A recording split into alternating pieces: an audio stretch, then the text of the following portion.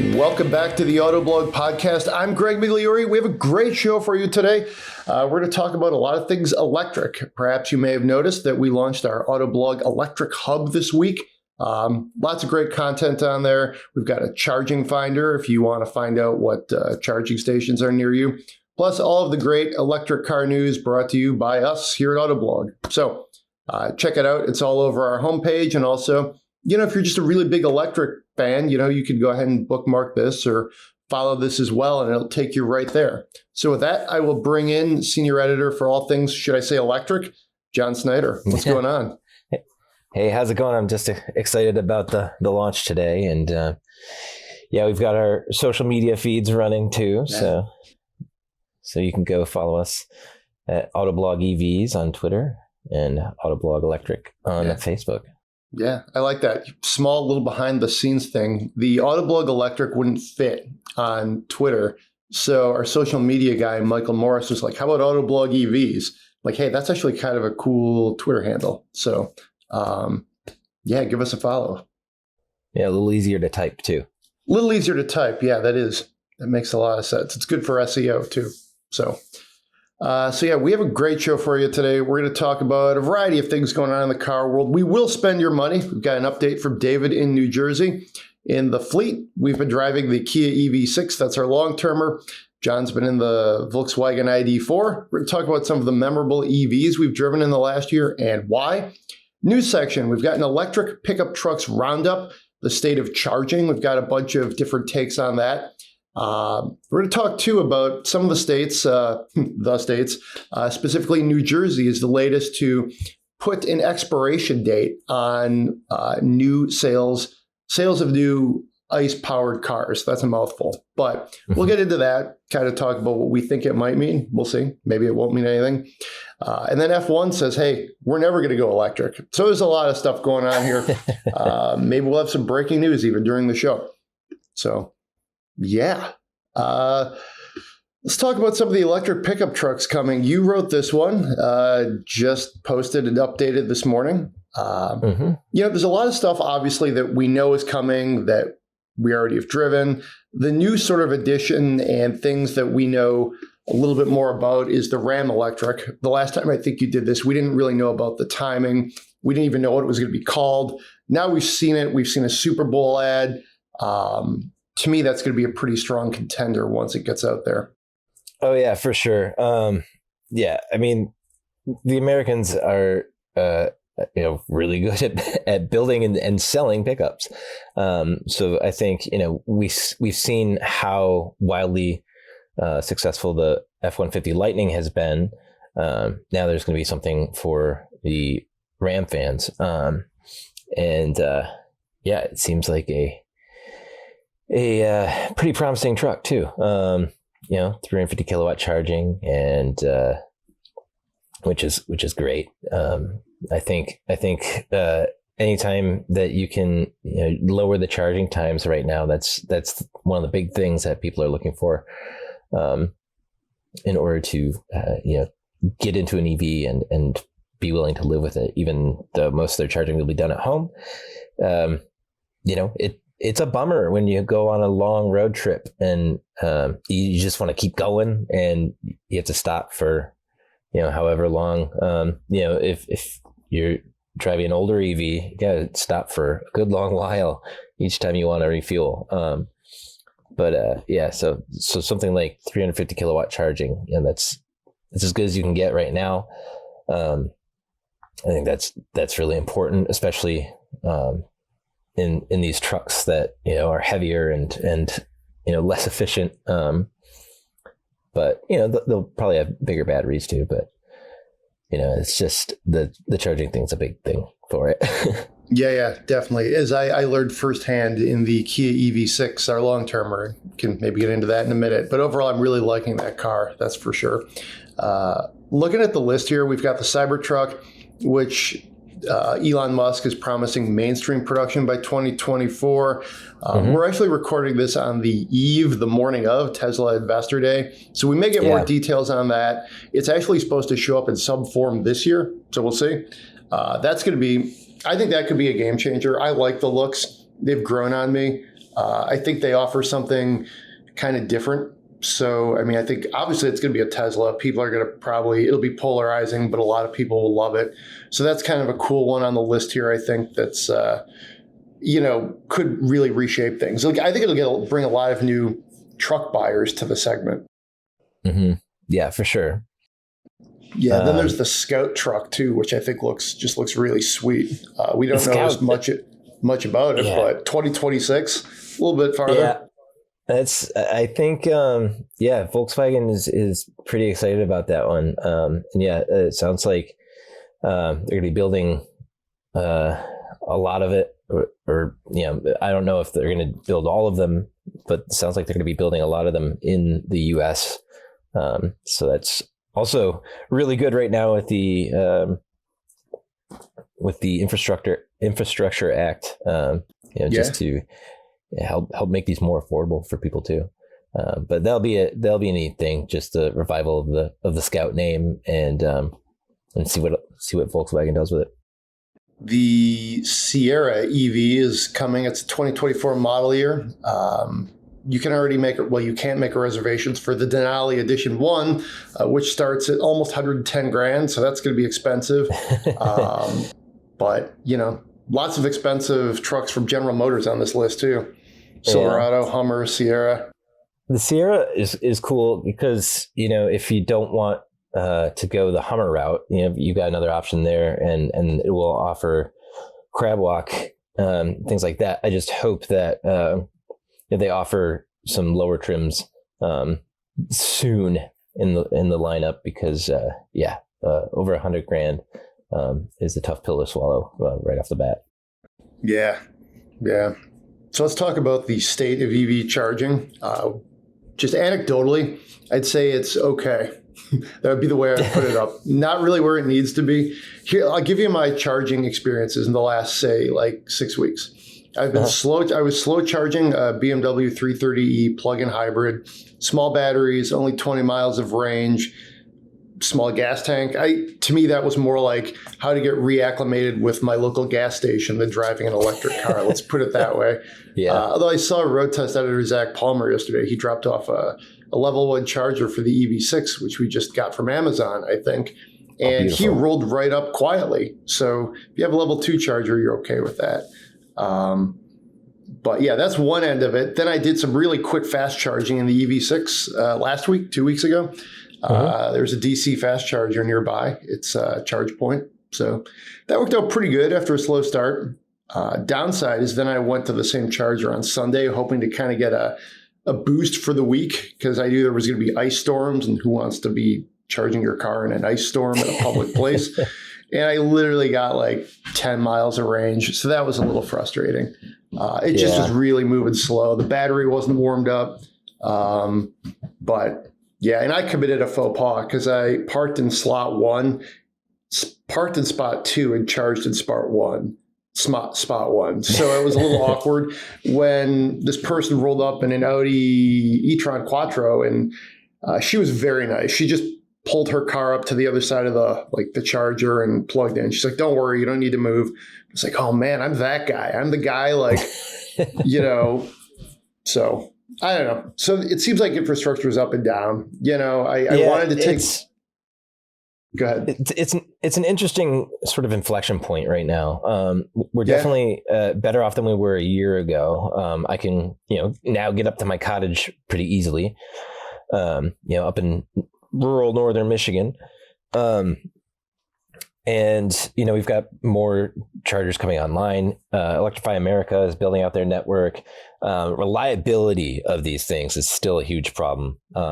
Everywhere you go, you'll see, not everywhere, but lots of places you'll go, you see chargers offline. And that's rough when you're rolling in on 20 miles left in your battery and need to go another however many miles to the next charger, and you just don't have the availability there. But that's getting better. I think these charging providers are starting to realize that they need to address this better, and have a fleet of cars that go around and test the chargers and fix them, actually fix them. Yeah. It's just as important as building new ones. But new ones are getting built. I've noticed ChargePoint is around here. ChargePoint is everywhere. And Electrify America is, there's fewer spots, but each destination has a lot of chargers, and they've got those 350 kilowatt chargers.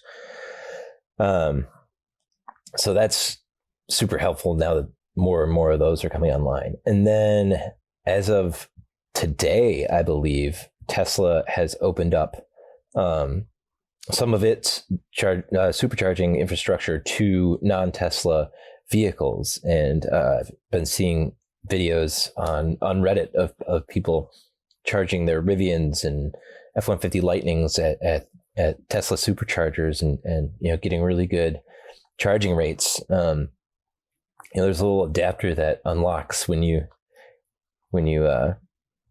unlock the charger, and it pops out on the handle, and it's ready to go right there. And it looks like people are charging pretty successfully on the supercharger network.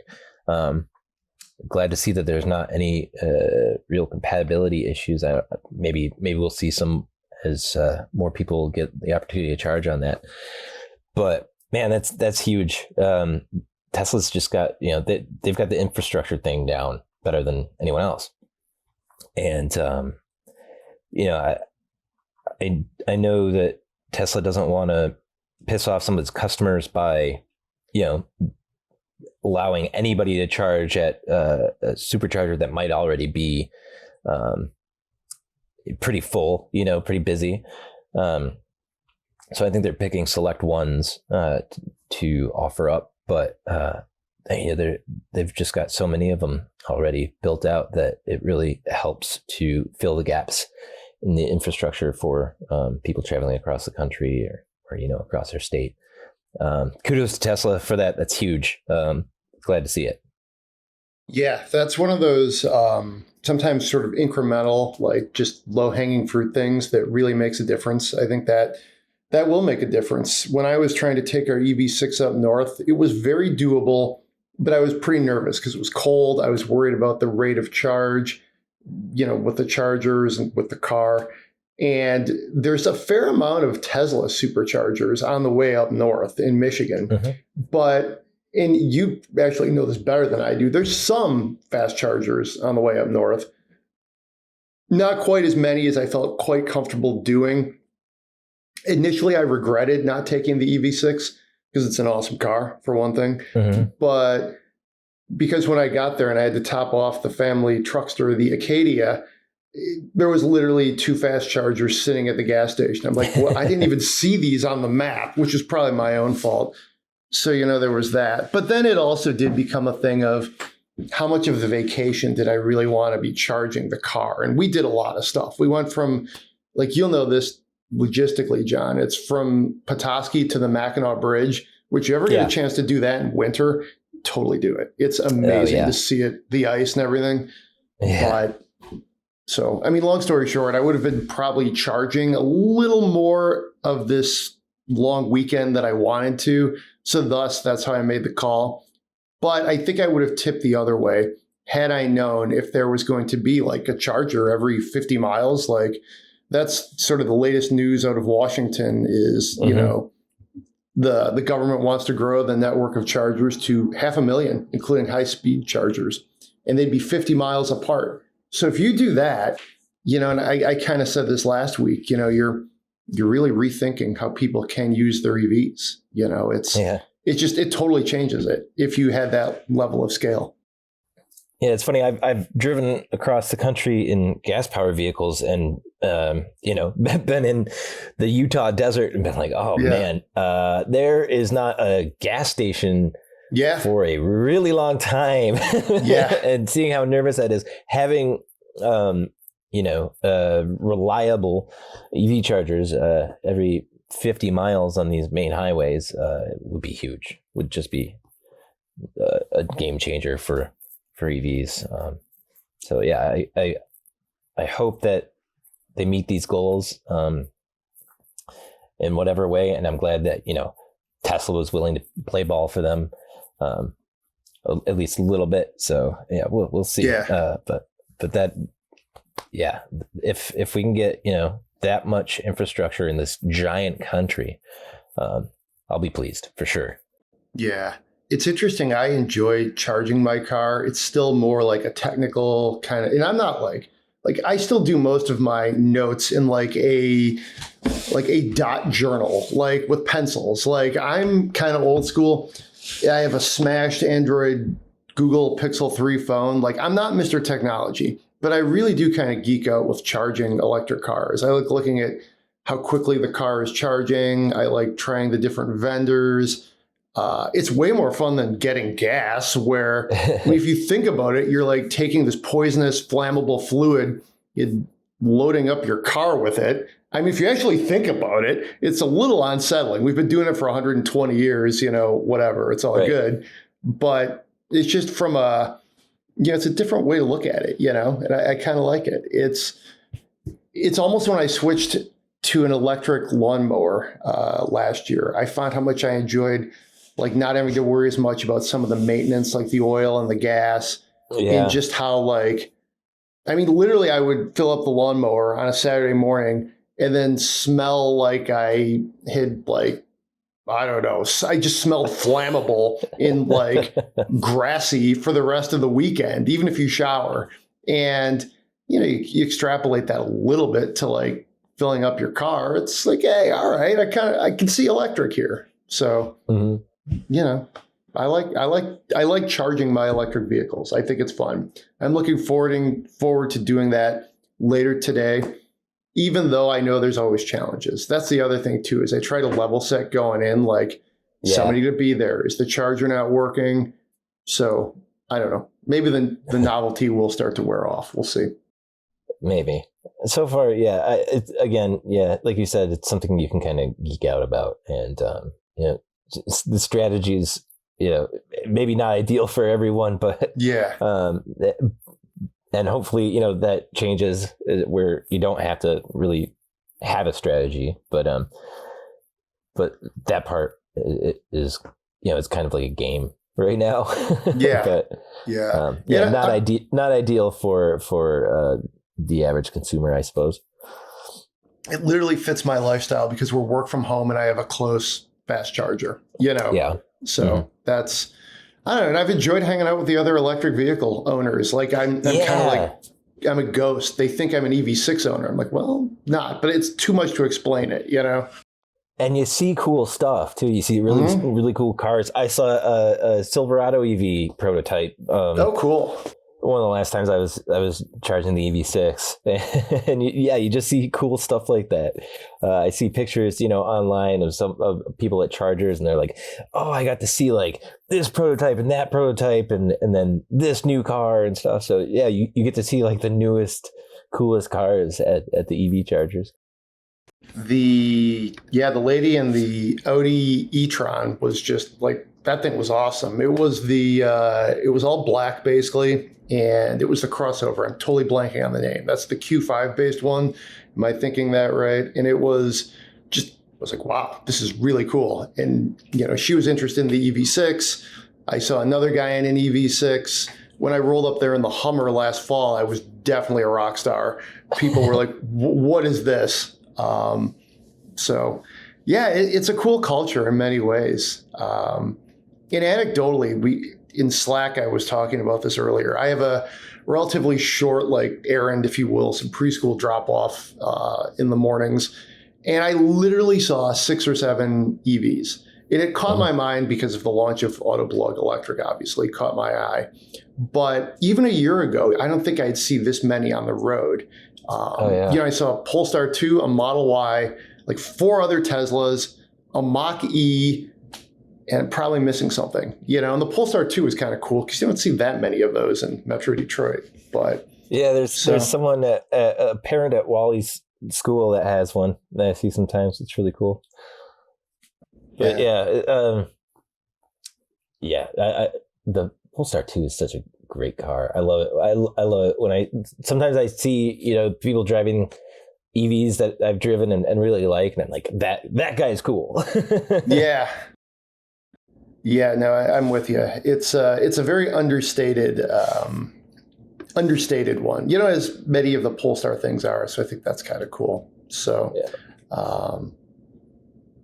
But yeah, EVs have blown up. I think last year or maybe it was the year previous. The latest year data was that I think 10% of EVs sold globally were 10% of cars sold globally were EVs, which is not insignificant. And it speaks as to why we're seeing so many, even here in Metro Detroit, where everyone loves their great big gas guzzling trucks and everything American. But now that we've got things like the Mustang Mach-E and cars to make EVs cool, people are getting on board, and I'm glad they are. So this is kind of a stronger approach, I would say. Let me put it that way. It's a little bit controversial. New Jersey is the most recent state to ban internal combustion vehicles by 2035. This is sales of new vehicles, as I understand it. So if you're still driving your 2022, 4-cylinder Honda Civic, you're gonna be okay, but you're not gonna be able to buy certain kinds of new vehicles in certain states. There's 12 of them so far, trying to align by, usually it's the mid 2030s, 2035 is sort of the magic number that most states are doing it. And that's also when, like a California, they call it their ACC2, Advanced Clean Cars 2, comes in, and a lot of states are adopting that, which kicks in on 2035. So, just news came in this morning. I saw that. I think, put politics aside of it, I kind of question in some ways the practical, relativeness of this. Let me put it that way. I feel like by 2035, the electric revolution is either going to be much farther along, that stuff like this won't be relevant, or it could create some problems for people too. So I don't know. I haven't fully formed my mind on this one. Yeah, it's hard to predict, but I feel like 2035 is far enough along that the way that things have accelerated in just the past couple of years, it might not even be that big of an issue, especially if you can still keep driving your old gas car. But I don't know. The big thing about it is that it was like CARB, and in California, its mandates really drove the auto industry in a certain direction in terms of efficiency. Because if you want to sell cars in California, you have to make them to a certain spec. And if you're going to do that, you might as well make it to that spec for the rest of the country. So these people want to sell cars in places like California, New Jersey, Massachusetts, Connecticut, New York, Oregon. You're going to have to be making enough EVs to sell to the residents of those states. And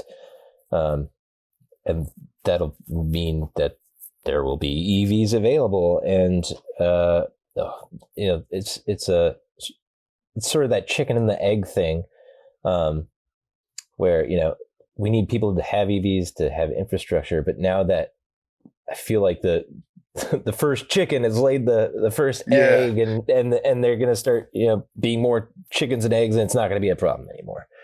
Yeah.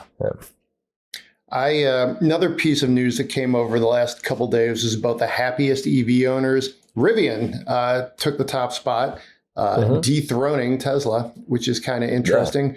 I can see this. Like, I've driven Rivians.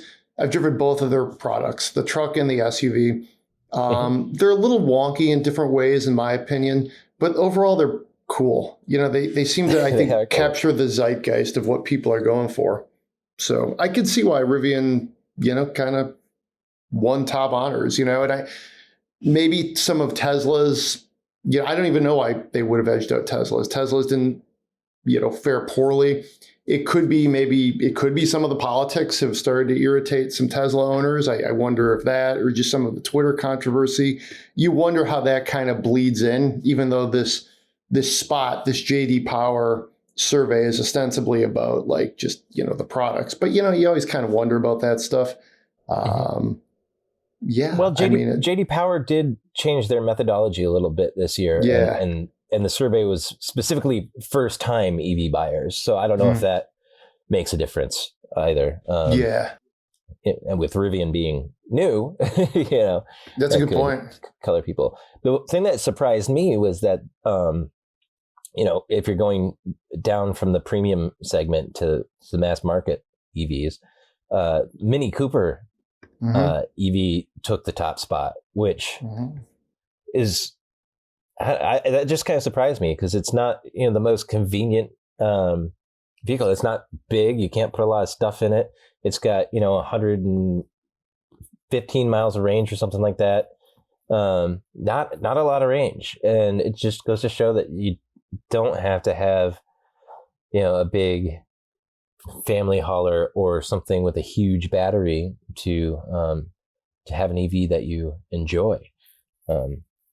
But also, the Cooper is just cool too, and it's a fun car to drive. Minis are great to drive anyway, and then an electric Mini is also really fun to drive.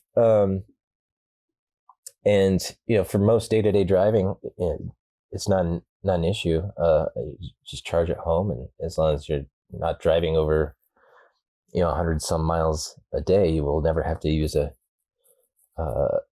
public charger. And if you live somewhere with decent charging infrastructure, that'll be an easy car to enjoy for sure. But I feel like the people who buy that car are already willing to live with those things, and so they're not going to knock the Mini points for things like range. But Kia EV6 came after that, and Ford Mustang Mach-E. No surprises there. Those are all excellent cars. But the Cooper was a little surprising to me. But I'm glad to see it. Glad to see that people are enjoying it.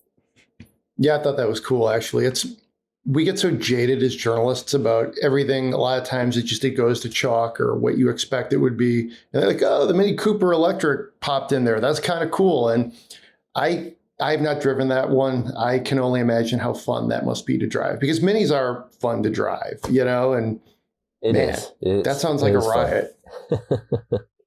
Yeah, I was actually able to fit our ski gear in that car. Wow. It was kind of surprising. I mean, when you have a Mini, like you figure out how to live with it, and just how fun the car is makes it all worthwhile. It's just so much character and such good driving dynamics. Yeah, no, I believe it. So as we look at sort of the field, if you will, there's a lot of smaller companies, startups, or smaller legacy automakers like Lotus, for example, that are getting into electrics. When you look at this field, who do you think is doing well? Who do you think is like, it sounds like vaporware, or I don't know what, who knows what they're going to do? I mean, who's standing out to you? Lotus, I feel pretty bullish on. Okay. Partly because of who's backing them, That's true. Geely and Volvo and Polestar in their umbrella. So, and I think I talked to those guys recently about their EVs, and it sounds like they've got a solid plan in place, and they're planning to expand and become a larger automaker. And I think they've got the brand cachet to at least draw interest. And I've never driven a Lotus I didn't love. That's true. I can only imagine that they'll be at least successful, about as successful as they expect, if not more. Fisker, wow, I don't know. I love everything I hear coming out of the company, but it's taken so long to actually see product. But again, it's another one that's generated a lot of interest. People are, they hear Fisker and their ears perk up. And the Ocean seems like a really promising vehicle, at a promising price point. It's sort of like right in the segment that people are buying. So I don't know. I don't know what's going on behind the scenes there, but once they get a product out, it'll be a lot easier to gauge pretty quickly how they're going to do. But just from the specs and the segment and pricing, I think it has the potential to do well. Lucid, they're somewhere in between those two in my mind. They've got really good people at the helm, really good designs. I think once they come out with the Gravity, they'll attract even more buyers. But yeah, they've had some issues with investments in the past, and but I think they're smart enough, and already they're already building and selling cars. I think that's maybe the hardest thing is to get started with that. But I've always sort of suspected that they'll be fairly successful. Let's see, who else? I don't know, man. There's so many other ones that there's like some of the makers on that trucks list, like Atlas, ATLIS, that you just don't expect to ever see the light of day. But sometimes you're surprised. I mean, when Tesla was making roadsters in Lotus bodies, who'd have thought that they'd be what they are now? So there could always be a dark horse that'll surprise you. But some of them, like Lotus, I'm pretty confident about, for sure. I'll be curious to see, what some of the, I put, like you mentioned, like Lucid, some of the in-between brands, ones that have received some coverage. We've driven some of their cars. There are some like General Motors, Ford, et cetera. They have a lot of manufacturing expertise and technology, resources behind them. But then some of the in-between ones too, like Lordstown, we talked about them last week. Oh, Lordstown. Jeez. It's an interesting spot. I mean, who knows? They had a recall last week. Rough start. Yeah, they've had a very rough start. In some ways, it's interesting that they're still hanging in there. Reminds me a little bit of the old Fisker sort of hiccups they faced once they started to scale up a little bit. So we'll see. I mean, I do think it's interesting. This is sort of like when we were 100 years ago, when there were all these different brands and companies, and some were big and some were more startups. So I think it's cool. And a lot of them are working together. I think that's kind of interesting too. The bigger ones are working together, like GM and Honda, and Ford had that partnership with Volkswagen that kind of went a couple different ways. So it's interesting. It's a way different now in the last 10 years and the next 10 years than the previous 50. Yeah, for sure. Yeah, and with the legacy automakers getting in the game and with the resources behind them and the speed with which they can do these things, it's it seems daunting for the little guys. But some of the little guys are backed by bigger guys. Yeah.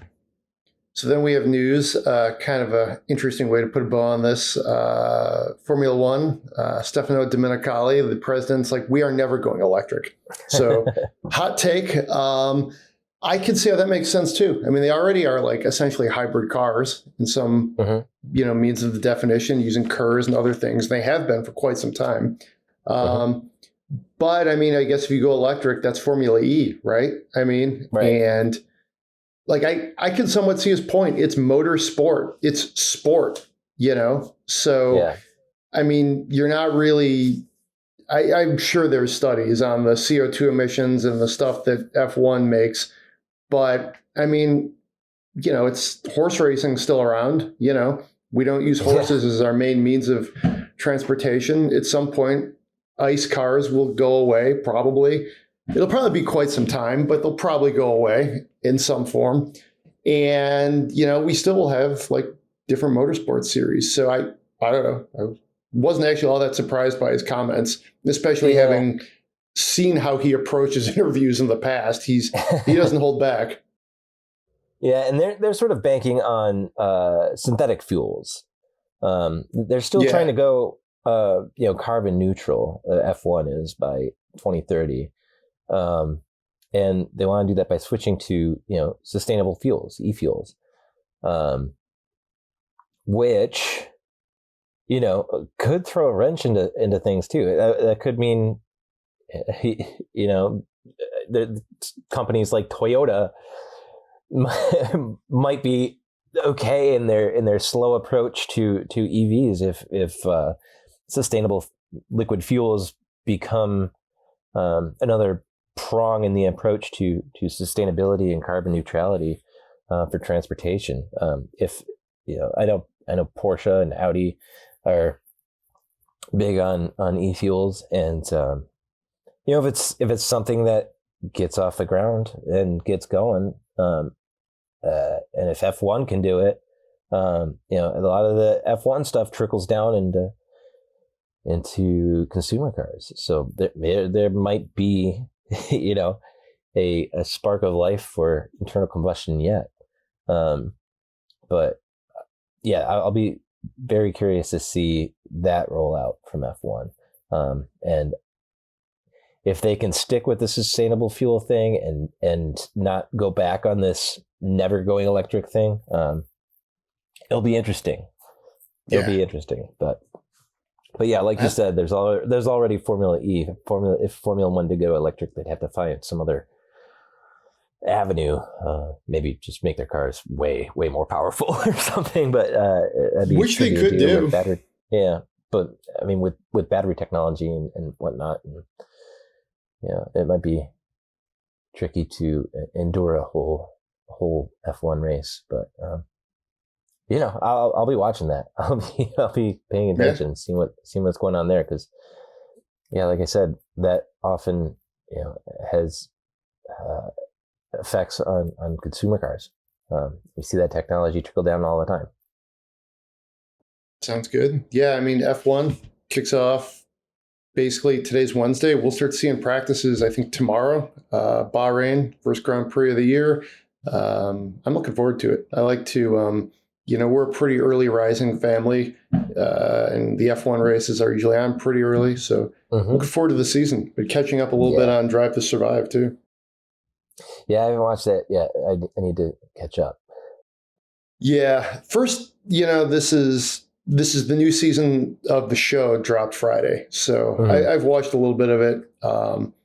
The sports calendar started to heat up too with hockey and basketball. So that tends to cut into my Netflix viewing as well. So, So EV6, we've already touched on it a little bit. The charging experience, like I said, it's been up and down. I think par for the course for how like most EV6 owners would be who don't have a home charger. And I found you don't need one. If you live in a developed metro area, you can definitely swing it. It's working for me pretty well in that sense. The road trip was the only hang up, which ended up being the road not taken for me. Loving the car though. I mean, it's plenty of room in the back, taking it shopping. It's fun to drive. Ours is the all-wheel drive version. It's got snow tires on it and all-wheel drive, which is really nice given that we appear to be on the, fifth portal of ice hell or whatever is going on with the climate. But yeah, I mean, it's been a great loan. It's already, I'm going to swap with our news editor, Joel, and get the Toyota Sienna next week, which I'm very excited about. But this has literally been the quickest long-term loan I've had. It's been a straight month, 4 weeks. That's how it usually is. Historically, the long-term cars tend to, it seems like, stay with me for an extra week or two longer just because of like schedules and stuff. Man, this one just flew by. I enjoyed every minute of it, and I'm sad to see it go. So, yeah, it's a fun car. You can get in this sort of groove of just using it like a normal daily driver, running errands. Everything's hunky dory. You might be putting it in eco mode and seeing how much energy you can save. But it's easy to forget that put it in sport mode and dig into the accelerator, and this thing's a riot. You can get the rear tires to come out just a little bit, sometimes, and it's really fun. It's really easy to bring back. It's an enjoyable vehicle for like all sorts of different types of driving. Yeah. And I drove it up north in the dead of winter, and I ended up stopping a couple times to charge. I was playing it safe just because I was going to be out in the middle of nowhere by myself in the cold. So I was able to just 2 charges for 250 miles to make sure I still had. I wanted to get home and have extra battery to get through my week too. So, but it's not so bad. I also didn't have a baby or a dog with me. Which definitely complicates those stops if you need to stop for longer periods. But yeah, I'm curious to try that same route in the summer in EV, and I'd like to try and go all the way to my cottage on a full charge without stopping, because with the right car, I could do it and wouldn't be too harrowing. As long as I plug it in once I get to the cottage. I would have, if it was just me, I would have done it. I would have probably powered through and, seen how it would go. But, again, with the multiple people and dog in the car, it was like, I got to play it safe on this one. But, I did try out our new Amazon charger. I think it's from Amazon. I got about 8 miles of range last night. I had it plugged into my standard outlet in the garage. So worked out okay. I'm pretty low, so I do need to hit a fast charger like today. That's how I'm going to celebrate Autoblog Electric, is I'm going to charge my EV back up to like 17%, but still below 20. I was at like 12 or 13, 14. I was like, oh, dude. I was literally going to go to that charge point until Zach was like, hey, I'm going to bring you a charger. When do you want it? I'm like, well, now would be great. Literally right now.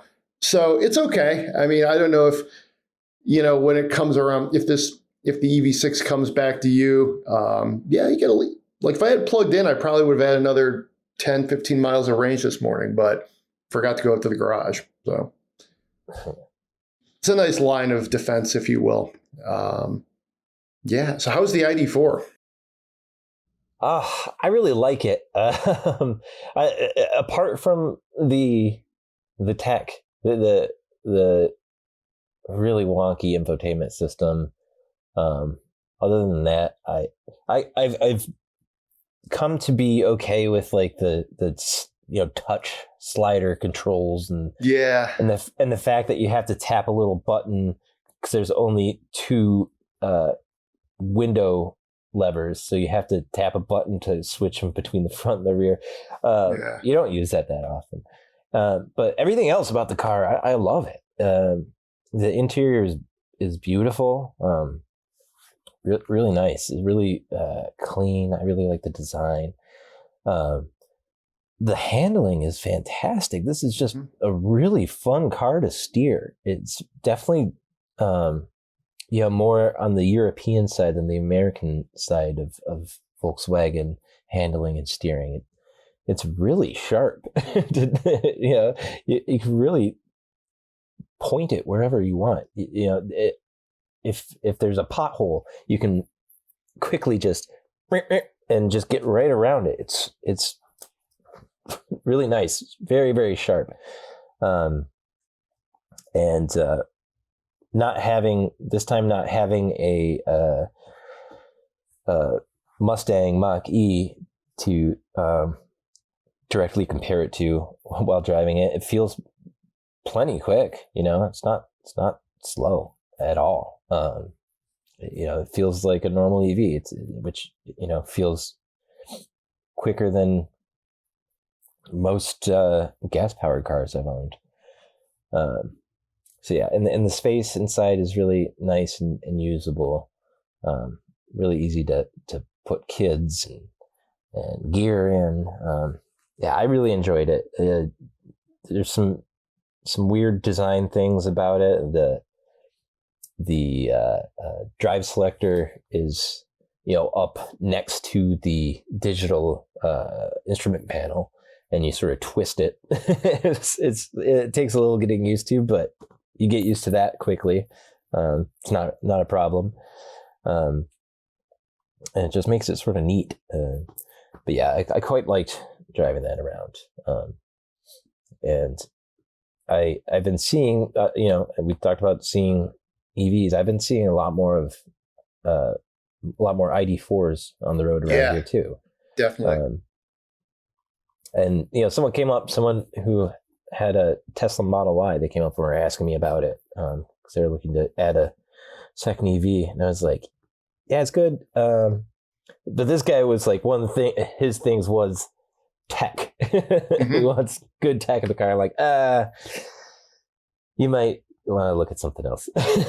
But I told him, Kia EV6 and Ioniq 5 might be up his alley. The tech is great.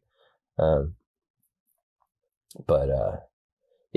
the one drawback in the ID.4. But I know that Volkswagen has heard those complaints and is working to improve that aspect of its vehicles. So hopefully we start seeing some updates and some improvements there. But yeah, I had things where it would be very slow to load up the infotainment. I had one time where the volume just didn't work until I restarted the Yikes. car, and then it started working. But yeah, that was weird. But yeah, it's wonderful to drive and wonderful to be in. But yeah, tech needs some help. And to me, that's fixable. I had a similar experience when I drove one. It's been a little while now, but I do remember the drive very vividly. I like how it looks. I like the handling is really good. It's a good EV, but some of the interior tech was it's harder to pick up. I think the Mach-E is a great example of how to make an electric car kind of techy, but not overwrought. You can just figure it up. So I thought it was easier to change like the drive modes in the Mach-E than it is to change, like the radio in the ID.4. Yeah. Fair enough. I did really like the overall just aesthetics of the ID.4. I really think it's could be the right car for a lot of people, right crossover. Yeah. It's one of the better Volkswagens I've driven, full stop, in quite a few years. I liked a lot of it. Let me put it that way. Yeah, I mean, I would put up with the tech problems and hope for an over the air update or a dealer update or something down the line. But it wouldn't stop me from buying the car. I know it would stop some people from buying the car, but it wouldn't stop me from buying it just because it's a delight to drive. Yeah, it would give me pause, and I'd probably then go drive an Ioniq 5 or something, and then figure out which one I truly like better, and then make the call. Be like, well, this is a drawback, but there's always compromises in life, and what do you want to do? If you like the car, then you get it. So yeah, What in the last year or so, we've been talking a lot about EVs. Just what stands out? What EV has stayed with you, if you will? What has been like a movable feast of an EV for you in the last year or so? There's a couple. I mean, obviously the Lightning was one. It's just for sure. Just a phenomenal vehicle. You know, it's not just a good EV; it's a great truck. Yeah. But the Cadillac Lyric, I keep thinking about. I think about it all the time. I think about the interior design. I think about driving it through the mountains and the the different levels of one pedal driving, and the fact that there's also the regen on demand paddle on the back of it, like they have on the Chevy Bolt. But this regen on demand paddle is like progressive, so the more you squeeze it, the more regen it feeds in. And if you've got it on the highest regen, and then use that, you can come to a like complete stop very quickly on a very steep downhill grade, and it's really kind of fun. So you got these different ways of interacting with the car when you're driving it. There was a lot of stuff in the menus that maybe too much stuff in the menus. You have to do a lot of digging. But I just thought the design was really cool. The attention to detail in the interior was next level. And it was also very good to drive. I only drove the rear wheel drive version, but for the level of luxury that you get in that car, and all the tech and the fun and performance, it's a really good value for a luxury EV.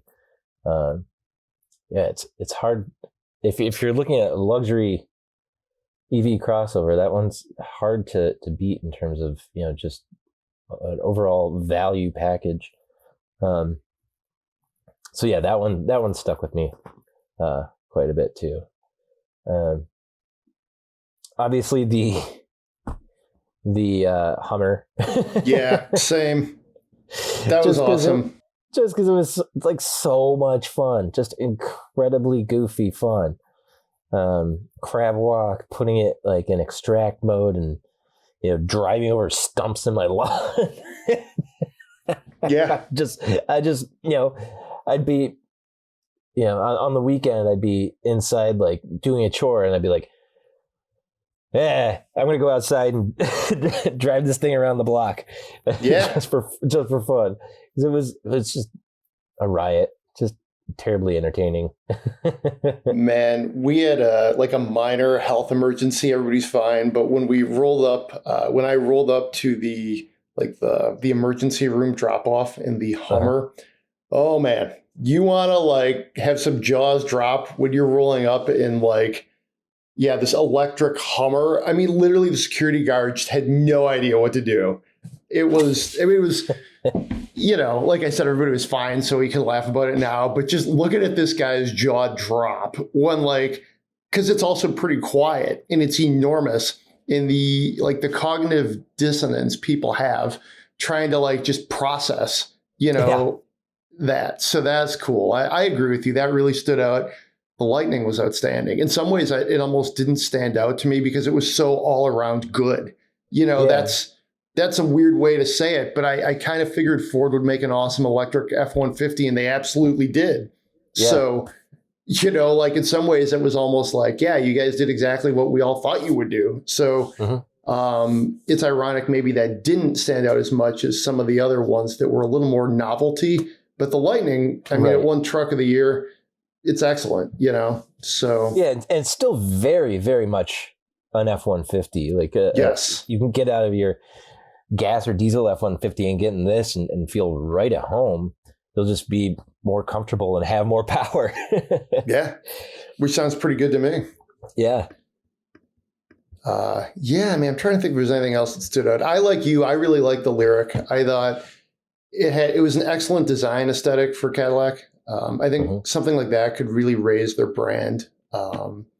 it reminds me of like old school Cadillac. It's not trying to be some like, I don't know, rip off your head, German M3 fighter or something. It's just like Cadillac. It's electric. It's attractive.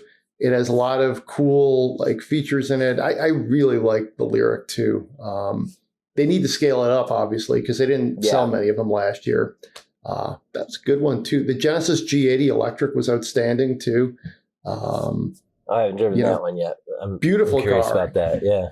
Yeah. Genesis, all the good things about Genesis, just also electric. So that was really good. The Rivians were actually really interesting too. That's a mouthful. I drove the SUV last fall, and it was the only reason that it didn't stand out more is it just was, just like the truck, except it was enclosed, if you will. But that was cool. And I did drive the Lordstown Endurance. That was fine. It really was. They have some interesting approaches to like their suspension and their like in-wheel hub motor technology. So that's, their approach is interesting. They have a lot of great engineers and designers working on their truck, but it's tough to make cars. It is. So we'll see. Yeah. We'll see what kind of staying power they have. But I actually was writing this down in one of my, low-tech pencil and paper notebooks about all the EVs in the last year. Because I did this a year ago. I did like a notebook of the EVs that stayed with me. So I may need to do it again. I think it may be time to try to recap just some notes on what I liked and, make for a good column, that type of thing. Mm-hmm. For sure. All right. Well, we talked a little F1. Let's spend some money, and then maybe we can talk about some beers or something. But okay. Have an update from David in New Jersey. Hey, guys, love the podcast and the blog. Thank you, David. A couple months back, I asked you to help spend my money to replace our 2019 Alfa Romeo Giulia. It's been trouble-free and a joy to lease. It's his wife's ride, and she wanted to go electric. So they went with the BMW i4 M50. That's cool. I like that. We've had it for a few weeks, and it's been awesome. Glad to hear it. Still figuring out how not to get whiplash every time they accelerate. Okay. Yeah, I can see that. So yeah, it's a lot different than some of their other cars. Let's put it that way. I'll try to skim through this to get it a little quicker. The Genesis G80 was a lovely car to test. I believe the G80 is only available in a few states. I guess New Jersey is one of them. It was in the running.